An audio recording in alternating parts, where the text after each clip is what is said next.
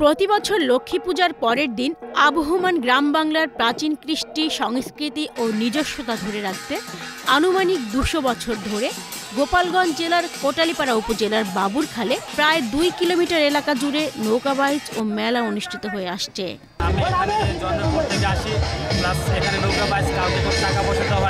এখানে কোনো কিছু চাওয়া পাওয়া নাই, আমরা আনন্দের সহিত এই মেলা এই অনুষ্ঠান উপভোগ করি। প্রতি বছরের মতো এবারও লক্ষ্মী পূজার পরের দিন লাখো মানুষের উপস্থিতিতে উৎসবের আমেজে এ নৌকাবাইজ অনুষ্ঠিত হয়েছে। বিভিন্ন বয়সের মানুষ খালের দুপারে দাঁড়িয়ে নৌকাবাইজ দেখার আনন্দ উপভোগ করেন। নৌকায় টরারে করে নৌকাবাইজ দেখতে মহিলাদের উপস্থিতি ছিল চোখে পড়ার মতো।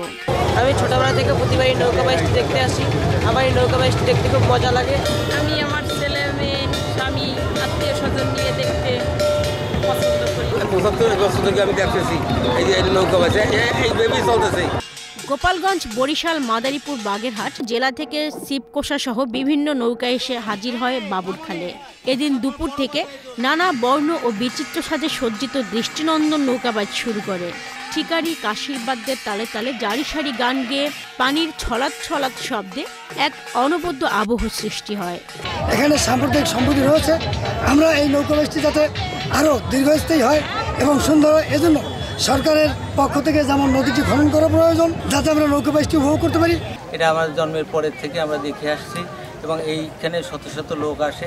এটা একটা ধর্মীয় আচারের উপর নির্ভর করে, এখানে কোনো প্রেজেন্টেশনের কোনো ব্যাপার নাই। শান্ত জলাশয়ে নেচে ওঠে অথই তালে। মাঝি মাল্লাদের সাথে সমবেত হন অগণিত সমর্থক দর্শক। গ্রামের লোকজন উৎসাহ দিতে নানা ধরনের নৌকা সাজিয়ে তাতে মাইক বেঁধে অবস্থান নেন নদীর দুকূলে। তারা উৎসাহ দেন নৌকাবাইজে। খালের দুপারে দাঁড়িয়ে থাকা মানুষের করতালি ও হর্ষধ্বনিতে এলাকা মুখরিত হয়ে ওঠে।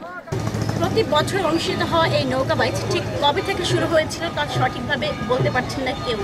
তবে বয়োজ্যেষ্ঠরা বলছেন জন্মের পর থেকেই তারা প্রতি বছর এই নৌকাবাইজ দেখে আসছেন। গোপালগঞ্জের কোটালীপাড়া থেকে আফরিন জাহান, বাংলাদেশ টেলিভিশন।